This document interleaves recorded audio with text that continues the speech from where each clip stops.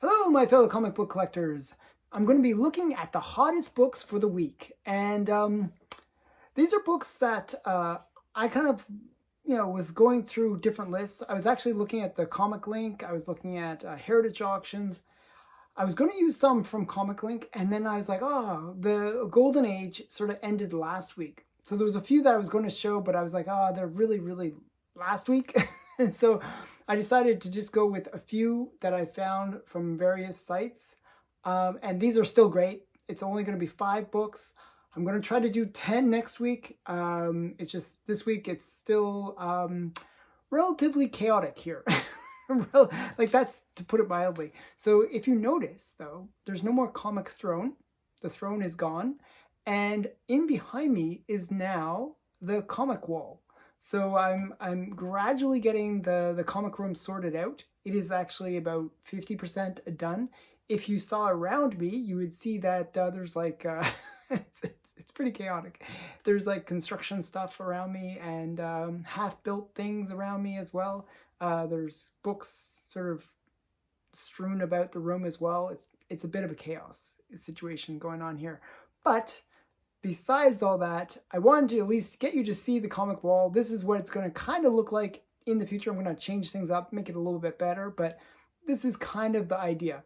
I'm actually going to be changing the books and using better bags so you can see the books better. So look forward to that. But that's once this room is finished, which should be next week. So stay tuned for that. But today, I'm going to get into the top hottest books and that I picked. So it's really not the hottest. Maybe they might be like, oh, there's better books. But these are the ones I picked, and therefore they're the hottest in my mind. So with that being said, let's get into them.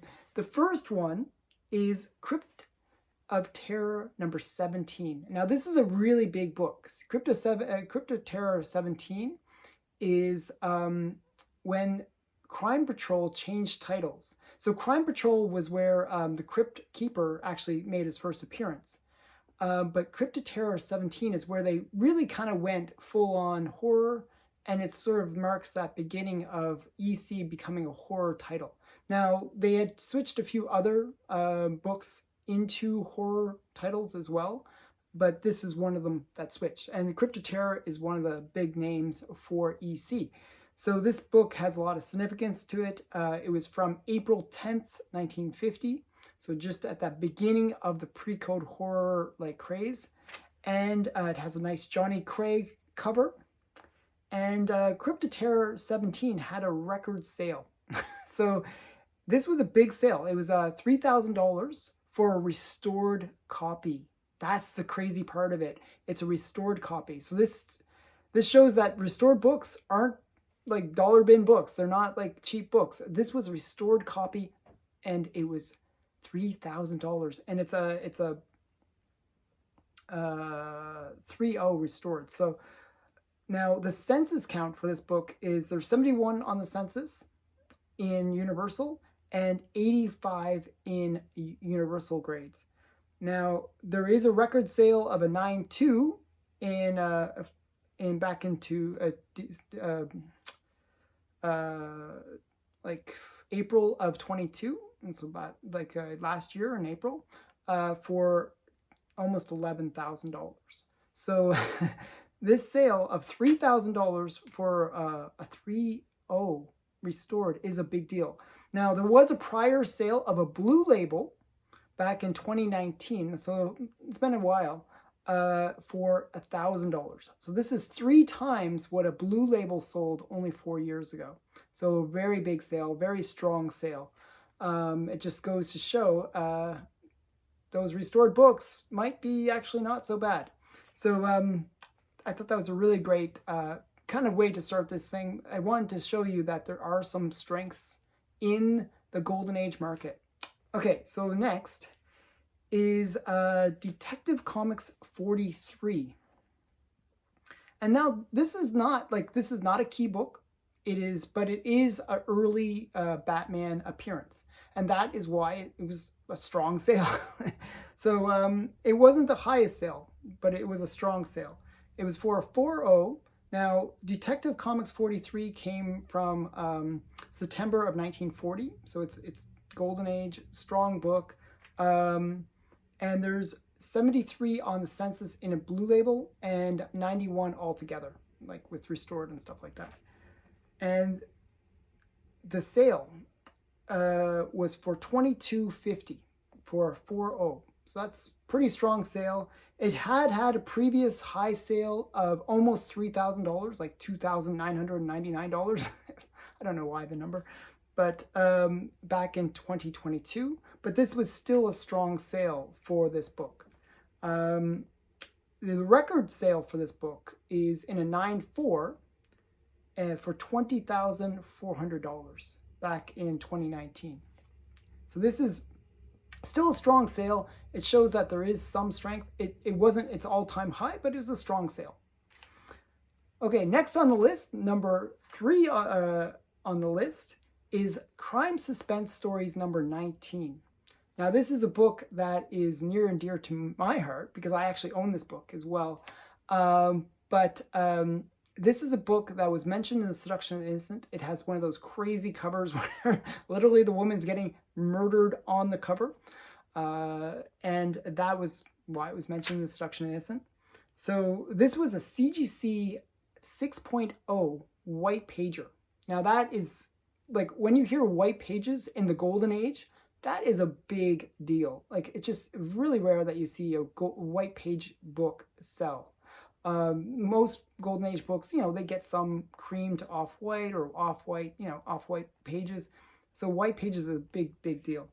Now this book has a Al Felstein cover, another big key issue. And it has a census count of 112 copies in the blue label and 122 copies in the universal. So in any grades, I should say. If you think about it, though, that is actually fairly common for the golden age. Like, a lot of the books that you see in the golden age are a lot more rare. And part of the reason for that is Crime Suspense Stories was an EC title. And EC titles are a lot more common than people realize. So this is a strong sale for such a, not like, I wouldn't say it's a common book, but I would say that it's not as rare as some of the books you see in the golden age that usually command the prices that I'm going to say right now. This book had a sale. This is a record sale by far. It just blows away previous record of $2,000. Now it was an eBay sale.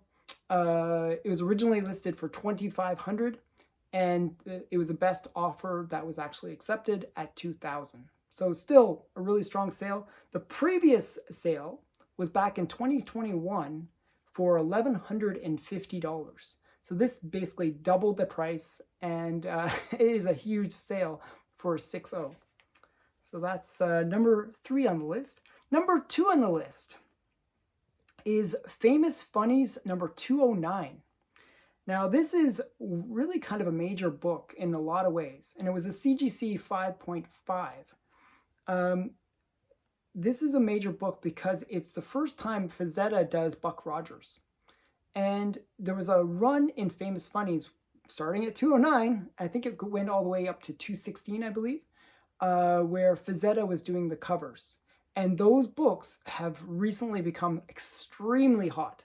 There's like collectors just chasing those books. And I feel bad about this. This is one of those ones where I had the opportunity to buy it for like $300-400. I could have bought it really cheaply, and I passed on it. I was interested in some other book, and I passed on this book. I was like, and so now I'm kind of, oh well, you miss them sometimes. You miss these books, and you kind of regret it. Well, this is a regret. So because this was actually, funny thing is, I know the guy that sold this book. This was another eBay sale, and it was sold by Automatic Comics. Not a super friend of the channel. I bought stuff from him before, but he's a great guy. If you haven't checked out Ryan's channel, it's Automatic Comics on YouTube, and he does a really great show as well. He also is really into Golden Age stuff. So this book had a record sale of $2,000. Now, as I said, this was just an eBay, buy it now kind of price. And that was a record sale. Now, if you look at eBay now, these books are like listed at $3,000-$4,000. It is crazy how much influence this one sale had. And the prior sale, just to give you a sense, and I wasn't joking when I said I could have gotten it for $400, because the prior sale was $621 back in 2020. Now, I was looking at this at 2019 range, in that era. So, I mean, it's a big sale, like 3 times the previous sale. So it's just like massive sale. And the census count for this book is 139 universal labels and 156 total graded books. So it's a fairly common book, actually.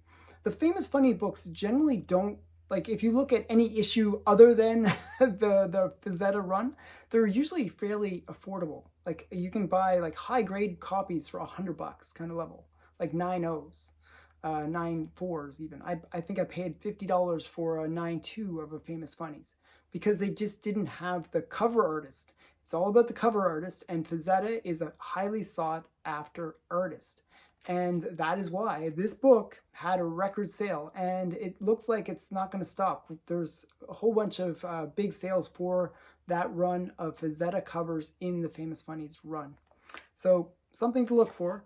The next book, and this is one I actually bid on. This is another eBay sale. And it was, I had, again, an opportunity to buy this much cheaper than what it sold for. So I'll give you a little bit of background. This is Chamber of Chills number 19. It is the classic. I mean, this is a classic cover. It was used in the Monsters like album cover. It's just a classic cover. Everybody loves this cover. It's like probably, I would say, in the top 5 Golden Age pre-code horror books. It is like the kind of most recognized Golden Age horror cover. And it's by Lee Elias, just a great artist. So this book, the guy actually had it listed on eBay for $3,000. Originally, it was listed for $3,000 or best offer.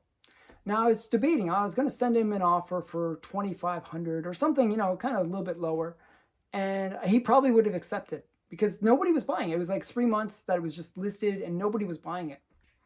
Okay, so then the funny thing was, I was checking back. I was kind of thinking about it, and I was like going to go back, and I was actually ready to put that bid in, the best offer. And what happened was the guy decided to delist the item, and he put it up for auction. He started out with $1 bid. It was kind of funny.